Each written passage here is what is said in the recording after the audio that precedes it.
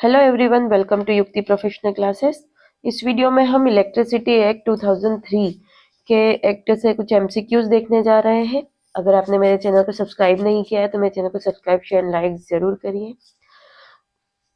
चलिए स्टार्ट करते हैं। एक्ट का नाम है इलेक्ट्रिसिटी एक्ट 2003।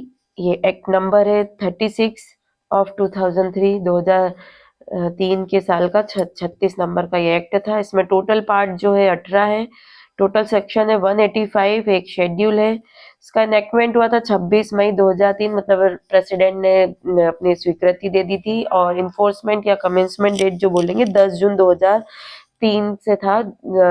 कुछ सेक्शनों को छोड़कर बाकी जो सेक्शन है वो इफेक्ट में 10 जून 2003 से आ गए थे। तो ये बेसिक चीजें याद रखिएगा, इम्पोर्टेंट होता है एग्जाम्स के पॉइंट ऑफ व्यू से। तो सबसे पहला क्वेश्चन है द इलेक्ट्रिसिटी एक्ट जो है, when did the electricity act 2003 come into force, कब आया था? तो अभी हमने देखा 10 जून 2003 को ये इफेक्ट में आया था। ये किस में मेंशन है? सेक्शन 1 सब सेक्शन 3 के में ये बताया गया है। ठीक है, तो इस अधिनियम को लागू करने की तिथि केंद्र सरकार द्वारा अधिसूचना के माध्यम से निर्दिष्ट की गई थी। द इलेक्ट्रिसिटी एक्ट 2003, इसका मुख्य उद्देश्य क्या है?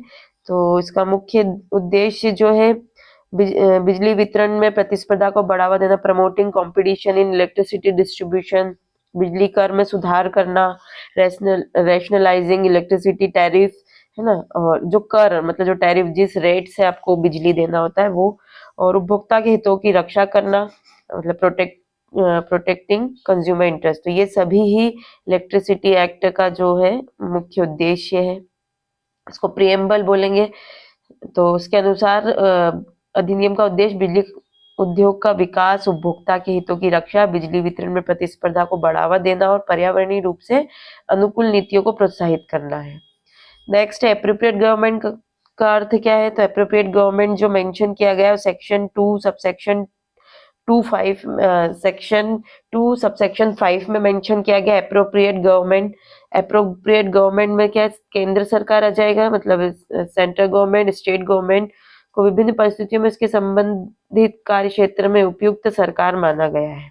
ठीक है, तो एप्रोप्रिएट गवर्नमेंट को मतलब जहां जहां जरूरत, जहां पे जिस सिचुएशन में सेंट्रल गवर्नमेंट, तो सेंट्रल गवर्नमेंट उपयुक्त सरकार होगी, और जहां स्टेट गवर्नमेंट यूज किया है वहां पर स्टेट गवर्नमेंट उपयुक्त सरकार होगी। तो ये सेक्शन 2 सबसेक्शन 5 में मेंशन किया है।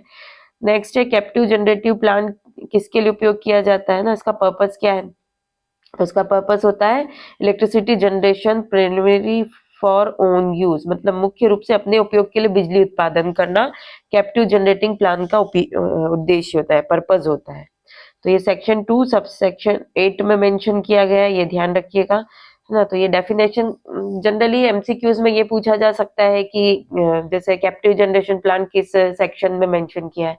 अगर ऐसा पूछा तो आपको ये सेक्शन भी ध्यान रखना है। तो सेक्शन 2 सब सेक्शन 8, है ना। इसका यहाँ पे पर्पस क्या है? इसका मीनिंग जो है कि खुद के यूज के लिए, मुख्य रूप से अपने उपयोग के लिए इलेक्ट्रिसिटी का जनरेशन करना होता है, कैप्टिव जनरेटिंग प्लांट का उपयोग।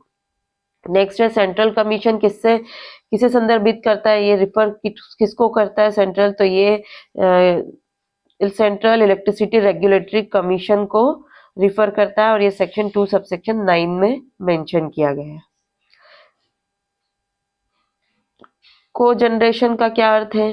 तो को जनरेशन का अर्थ है एक साथ दो या अधिक ऊर्जा रूपों का उत्पादन करना, है ना। जो मतलब दो या दो से ज्यादा जो फॉर्म ऑफ एनर्जी है उसका प्रोडक्शन करना है, तो ये को जनरेशन है। ये सेक्शन 2 सबसेक्शन 12 में बोला है को जनरेशन के बारे में।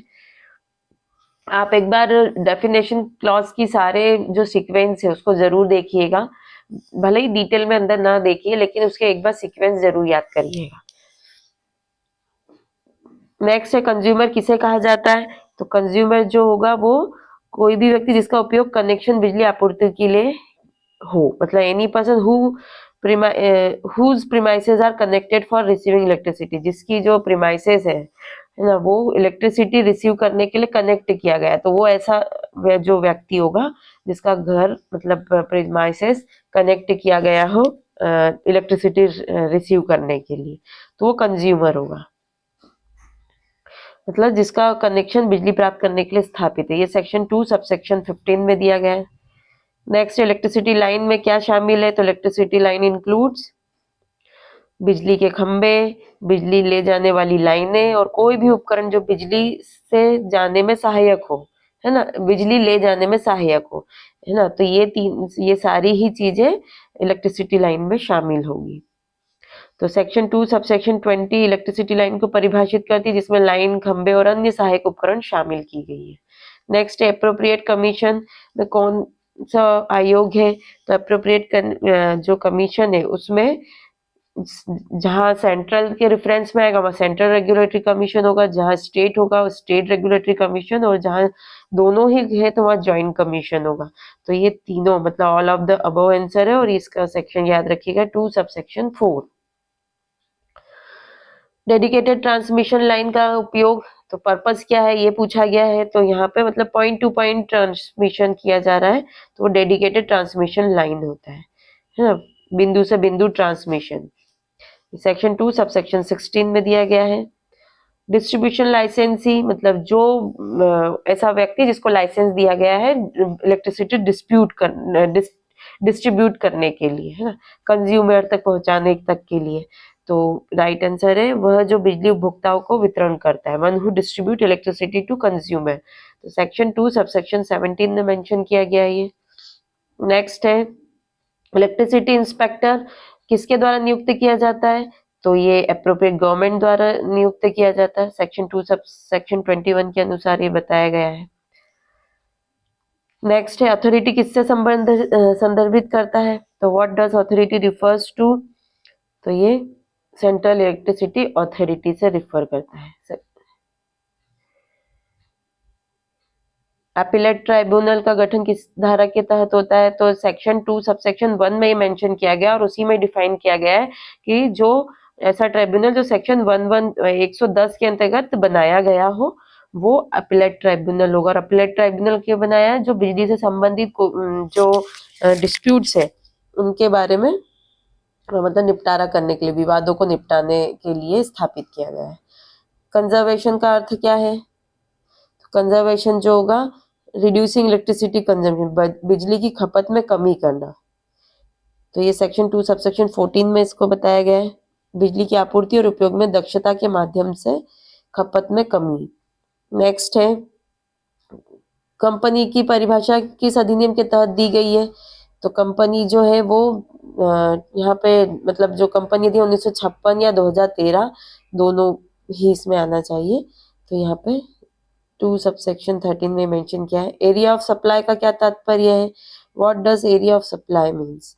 तो एरिया ऑफ सप्लाई का मतलब होगा वह क्षेत्र जिसमें लाइसेंसधारी बिजली आपूर्ति के लिए अधिकृत है, मतलब जिस एरिया में उसको इलेक्ट्रिसिटी देना है उसके लिए वो ऑथराइज है, बस वो उतने ही क्षेत्र के लिए देगा, उसके बाहर के क्षेत्र के लिए नहीं देगा। तो एरिया ऑफ सप्लाई उसका ऑथराइज्ड है सप्लाई करने के लिए इलेक्ट्रिसिटी, तो ऐसा एरिया। तो 2 सबसेक्शन 3 में ये मेंशन किया गया है। नेक्स्ट है सेंट्रल ट्रांसमिशन यूटिलिटी, तो इसकी डेफिनेशन मतलब किस धारा में दी गई है?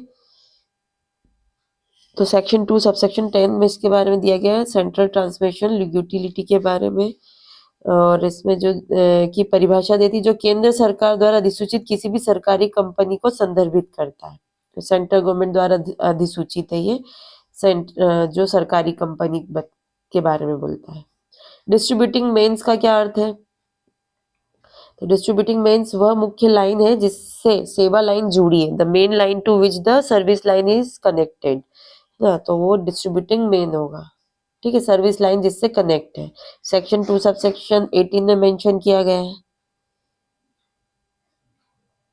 कैप्टिव जनरेटिंग प्लांट, तो कैप्टिव जनरेटिंग प्लांट जो है जो अपनी आवश्यकता के लिए स्थापित किया गया हो, है ना, इसमें सहकारी समितियां व्यक्तियों का समूह भी शामिल हो सकता है। तो इसका राइट ऑप्शन है वह संयंत्र जो मुख्य रूप से अपनी खुद की बिजली की आवश्यकता के लिए स्थापित किया गया। तो कैप्टिव जनरेटिंग प्लांट मतलब खुद के लिए बिजली की आवश्यकता है और उसको उसकी आपूर्ति के लिए स्थापित किया गया। सेंट्रल कमीशन का गठन किसके लिए किया गया है? तो सेंट्रल कमीशन का जो गठन है वो बिजली आपूर्ति का विनियम regulate production of electricity supply के लिए किया गया, सेक्शन 2 सबसेक्शन 9 के अंतर्गत दिया गया है ये। अप्रोप्रिएट गवर्नमेंट हम देख चुके हैं। को जनरेशन का क्या अर्थ है, तो को जनरेशन भी हमने देख लिया है, जहां एक साथ एक ही प्रक्रिया में दो या अधिक उपयोगी ऊर्जा का उत्पादन किया जाता है। प्रोडक्शन ऑफ टू और मोर forms of useful energy in one process. Electricity line भी हम देख चुके हैं, इसमें वायर, सपोर्टिंग स्ट्रक्चर्स और जो भी उससे रिलेटेड इक्विपमेंट्स थे, जो भी बिजली को ले जाने के लिए जरूरी है, वो सब इसमें आएंगे। तो सेक्शन 2 सबसेक्शन 20 में दिया है बिजली ले जाने वाली लाइनें और संरचनाएं, टावर, पोल आदि सब इसमें आ जाएंगे। डिस्ट्रीब्यूशन सिस्टम सेक्शन 2 सबसेक्शन 19 में दिया गया है। तो डिस्ट्रीब्यूशन सिस्टम का मतलब है वितरण लाइसेंसधारी द्वारा उपभोक्ता तक बिजली पहुंचाने का जो सिस्टम है ना, system for delivering electricity to consumer by the licensee. Licensee के द्वारा जो इलेक्ट्रिसिटी कंज्यूमर तक पहुंचा रहे वो पूरा सिस्टम हो जाएगा। इलेक्ट्रिकल प्लांट, तो इलेक्ट्रिकल प्लांट में क्या शामिल किया गया है, तो इसमें बिजली उत्पादन, वितरण या आपूर्ति के लिए संयंत्र या उपकरण शामिल किए गए हैं। ये सेक्शन 2 सबसेक्शन 22 के अनुसार बोला गया। इलेक्ट्रिकल प्लांट का तात्पर्य ऐसे संयंत्र, उपकरण या उपकरणों से है जो बिजली उत्पादन, वितरण या आपूर्ति से जुड़े होते हैं। इसमें इलेक्ट्रिक लाइन और मीटर्स शामिल नहीं होते। तो ये ध्यान रखिएगा कि इसमें इलेक्ट्रिक लाइन नहीं आएगा, मीटर्स शामिल नहीं होगा इलेक्ट्रिक प्लांट के तहत। इलेक्ट्रिसिटी का क्या तात्पर्य है, तो इलेक्ट्रिसिटी जो होगी वो किसी भी उद्देश्य के लिए उत्पन्न या उपयोग की गई विद्युत ऊर्जा है ना, तो इलेक्ट्रिकल एनर्जी जो किसी भी पर्पस के लिए या के लिए मतलब जनरेट की गई है या यूज की गई है। तो ये सेक्शन 2 सबसेक्शन 23 में इसको बताया गया है। विद्युत ऊर्जा से तात्पर्य है जो किसी भी उद्देश्य के लिए उत्पन्न, प्रेषित, आपूर्ति या उपयोग की जाती है। नेक्स्ट है इलेक्ट्रिसिटी सप्लाई कोड, किसके अंतर्गत निर्दिष्ट किया है, मतलब कौन से सेक्शन में दिया गया है, तो ये सेक्शन 2 सबसेक्शन 24 में मेंशन किया गया और उसी में कहा गया है कि सेक्शन 50 के तहत जो बनाया गया है वो चीज इसमें शामिल होगा, है ना। तो सेक्शन 2 सबसेक्शन 24 और उसी में बताया जो सेक्शन 50 में मेंशन जो है, तो वो इलेक्ट्रिसिटी सप्लाई कोड है। इलेक्ट्रिसिटी सिस्टम, तो सेक्शन 2 सबसेक्शन 25 में हमने देखा है कि जो भी जनरेशन प्लांट, ट्रांसमिशन लाइन्स और सब स्टेशन है वो सब इसमें शामिल है। इलेक्ट्रिसिटी ट्रेडर कौन होता है, तो इलेक्ट्रिसिटी ट्रेडर कोई व्यक्ति जिसके पास व्यापार करने का लाइसेंस हो, a person license to trade electricity. Section 2 subsection 26 में ये मेंशन किया गया है। नेक्स्ट है जनरेटिंग कंपनी का क्या अर्थ है, तो जनरेटिंग कंपनी कोई भी कंपनी जो बिजली का उत्पादन करती हो। तो सेक्शन 2 सबसेक्शन 28 में इसके बारे में बताया गया है कि कोई भी कंपनी, बॉडी, कॉर्पोरेट या व्यक्तियों के समूह से है जो उत्पादन संयंत्र का स्वामित्व रखता है या उसे संचालित करता है। ग्रिड का क्या मतलब है, तो ग्रिड मतलब हाई वोल्टेज ट्रांसमिशन सिस्टम से लिया गया है। तो उच्च वोल्टेज ट्रांसमिशन सिस्टम मतलब ग्रिड, सेक्शन 2 सबसेक्शन 32। ग्रिड का तात्पर्य उच्च वोल्टेज बैकबोन प्रणाली से है जो ट्रांसमिशन लाइंस, उप स्टेशन और उत्पादन संयंत्रों से जुड़ी होती है। ओवरहेड लाइन क्या होती है, तो ओवरहेड लाइन जो होगी वो जमीन से ऊपर की खुली विद्युत लाइन है, वो overhead electric line above the ground and in open area. Section 2 subsection 48 में दिया गया। लाइसेंसी किसे कहते हैं, तो जिसको जो बिजली वह व्यक्ति जिसे धारा 14 के तहत लाइसेंस प्राप्त हो। लाइसेंस किस चीज का, इलेक्ट्रिसिटी डिस्ट्रीब्यूशन के लिए। तो सेक्शन 2 सबसेक्शन 39 में बोला है और उसी में बोला है कि 14 के तहत लाइसेंस प्राप्त है। नेशनल लोड डिस्पैच सेंटर किसके तहत स्थापित किया गया है, तो सेक्शन 240 सबसेक्शन 245 के तहत किया गया, लेकिन इसे भी सेक्शन 26 में उसके तहत ही बताया गया कि वो सेक्शन 26 के तहत स्थापित किया जाएगा। डेफिनेशन में ये किया गया, तो ये याद रखिएगा 2 सबसेक्शन 45 और सेक्शन 26 ये दोनों ही नेशनल लोड डिस्पैच सेंटर से रिलेटेड है। फ्रेंचाइजी का क्या अर्थ है, तो फ्रेंचाइजी जो होगा person authorize by the distribution licensee, है ना। तो डिस्ट्रीब्यूशन लाइसेंसी ही के द्वारा किसी पर्सन को ऑथोराइज किया गया है ना, तो वो फ्रेंचाइजी हो जाएगा। सेक्शन 2 सबसेक्शन 27 में बोला है।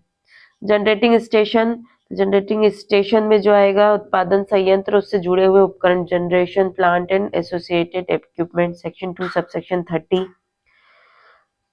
गवर्नमेंट कंपनी, तो कंपनी अधिनियम 1956 में जो मेंशन किया गया है, क्योंकि इसमें अभी अपडेट नहीं है इसलिए 1956 के तहत सेक्शन 617 के तहत जो गवर्नमेंट कंपनी डिफाइन किया है वही है। फिर हाई वोल्टेज लाइन का क्या तात्पर्य क्या है, तो हाई वोल्टेज लाइन मतलब an electric line to high voltage, section 235 subsection 35। Interstate transmission system क्या है, तो इंटरस्टेट ट्रांसमिशन सिस्टम जो होगा वो होगा राज्य के भीतर बिजली का प्रेषण, electricity transmission with in the state, intra state, और इंटर स्टेट होता, सॉरी ये ना इंट्रा मतलब विद इन द स्टेट, और इंटर होता है तो वो आउटसाइड द स्टेट हो जाता है। ठीक है, तो सेक्शन 2 सबसेक्शन 37 में मेंशन है। लोकल अथॉरिटी में यहाँ पे क्या शामिल किया गया है, तो लोकल अथॉरिटी में पंचायत और अदर लोकल अथॉरिटीज को शामिल किया गया है सेक्शन 2 सबसेक्शन 41 में। फिर नेक्स्ट है ओपन एक्सेस का क्या अर्थ है, तो ओपन एक्सेस जो है बिजली लाइनों और प्रणालियों का गैर भेदभाव करण प्रावधान, सेक्शन 247 ये भी। नेक्स्ट है पूछा है पर्सन में कौन शामिल होगा, तो पर्सन में कंपनी, व्यक्तियों का समूह, कृत्रिम व्यक्ति मतलब जो आर्टिफिशियल जुडिशियरी पर्सन है, ये सब कंपनी के मतलब पर्सन के अंदर शामिल होंगे सेक्शन 2 सबसेक्शन 49 के तहत।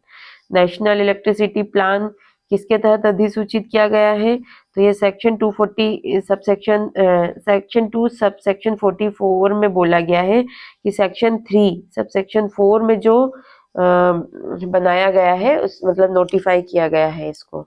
ठीक है, तो 2 सबसेक्शन 44 में मेंशन किया गया है कि सेक्शन 3 सबसेक्शन 4 के तहत इसको नोटिफाई किया गया।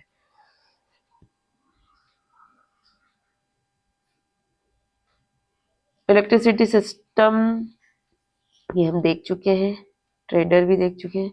पावर सिस्टम में कौन कौन शामिल है, तो पावर सिस्टम में उत्पादन, ट्रांसमिशन, वितरण और आपूर्ति के सभी पहलू, all aspects of generation, transmission, distribution and supply, मतलब जितने भी इलेक्ट्रिसिटी जनरेशन करने के लिए, ट्रांसमिशन करने के लिए, उसको डिस्ट्रीब्यूट करने के लिए, सप्लाई करने के लिए, तो ये सारी चीजें पावर सिस्टम के तहत इंक्लूड की गई है सेक्शन 2 सब सेक्शन 51 के तहत ये बताया गया है।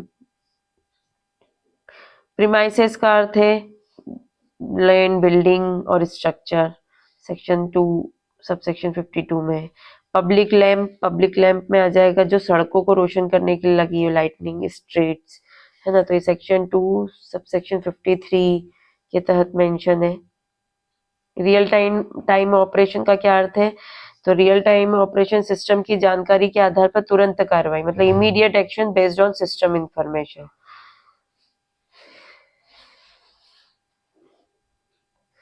मतलब सेक्शन 2 सबसेक्शन 54 में बोला है कि रियल टाइम ऑपरेशन का मतलब उस समय कार्रवाई करना है जब बिजली प्रणाली की जानकारी संबंधित लोड डिस्पैच सेंटर को उपलब्ध हो, जैसे ही उपलब्ध हो वैसे ही उस पर काम करना है।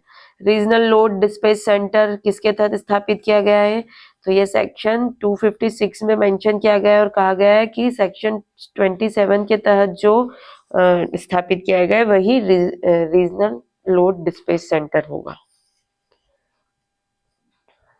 तो ये याद रखिएगा। सर्विस लाइन में कौन कौन शामिल है, तो सर्विस लाइन में वितरण मतलब line connected to distributing main और लाइसेंसी प्रीमाइसेस, तो वितरण मेन या वितरण लाइसेंसधारी के परिसर से जुड़ी लाइनें सर्विस लाइन के तहत आएगी। तो सेक्शन 2 सबसेक्शन 61 में बताया गया है सर्विस लाइन वह विद्युत आपूर्ति लाइन है जो या तो एकल उपभोक्ता को या एक समूह को वितरण मेन या लाइसेंसधारी के परिसर से बिजली प्रदान करती है।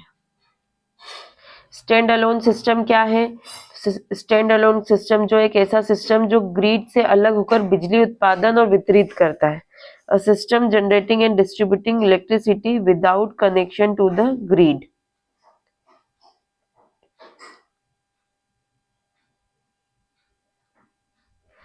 मतलब ये है कि जो ग्रिड से बिजली प्रणाली है ऐसी जो ग्रिड से जुड़ी नहीं होती है और एक विशेष क्षेत्र में बिजली उत्पन्न और वितरित करती है। तो सेक्शन 2 सबसेक्शन 63 में मेंशन किया गया है, तो उसको ध्यान रखिएगा। स्टेट लोड डिस्पैच सेंटर किसके तहत स्थापित किया गया है?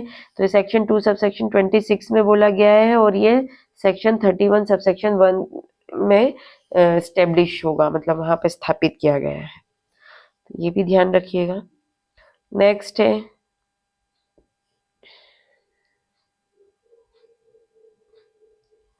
सप्लाई का क्या तात्पर्य है? तो सप्लाई से बिजली की जो बिक्री होती है, बिजली की बिक्री से, सेल ऑफ इलेक्ट्रिसिटी। तो सेक्शन 2 सबसेक्शन 70 में ये बताया गया है। ट्रेडिंग के अंतर्गत जो आएगा वो आ जाएगा खरीद और उसका sale, resale of electricity, purchase and resale of electricity. Transmission licensee कौन होता है? तो ट्रांसमिशन लाइसेंसी जो होता है, लाइसेंस प्राप्त व्यक्ति जो ट्रांसमिशन लाइसेंस का संचालन करे। Licensee authorize to operate transmission lines, जो ट्रांसमिशन लाइन है उनका जो ऑपरेट करता है और उसके लिए वो ऑथराइज्ड है ना, तो ऐसा व्यक्ति ट्रांसमिशन लाइसेंसी होता है। ये सेक्शन 2 सबसेक्शन 73 में मेंशन किया गया है। यूटिलिटी में क्या शामिल है? तो यूटिलिटी में बिजली, electricity lines, plants, land and materials आएंगे, जो सेक्शन 2 सबसेक्शन 75 में मेंशन किया गया है। व्हीलिंग का क्या तात्पर्य है? तो ये जो है वितरण प्रणाली का उपयोग करके बिजली का परिवहन, ट्रांसपोर्टेशन ऑफ इलेक्ट्रिसिटी का ट्रांसपोर्टेशन कर रहे हैं, किसका यूज करते हुए? डिस्ट्रीब्यूशन सिस्टम का यूज करते हुए, तो ये व्हीलिंग कहलाता है। 2 सबसेक्शन 76 के अंतर्गत ये बताया गया है। व्हीलिंग का तात्पर्य वितरण प्रणाली और संबंधित सुविधाओं का उपयोग करके बिजली के परिवहन से है। नेक्स्ट है स्ट्रीट, ठीक है। स्टेट ग्रिड कोड कौन जारी करता है? तो ये जो जारी करता है सेक्शन 2 सबसेक्शन 65 के तहत state commission. State grid code है इसलिए स्टेट कमीशन जारी करेगा। सर्विस लाइन का उपयोग कहाँ होता है? तो उपभोक्ता को बिजली आपूर्ति के लिए, to supply electricity to consumer, तो सेक्शन 2 सबसेक्शन 61 के तहत बताया गया है। रियल टाइम ऑपरेशन हम देख चुके हैं कि जैसी जानकारी उपलब्ध होती है और उस पर मतलब वर्क कर दिया जाता है। चलिए आज के लिए इतना ही, मिलते हैं हम नेक्स्ट वीडियो में। Thank you.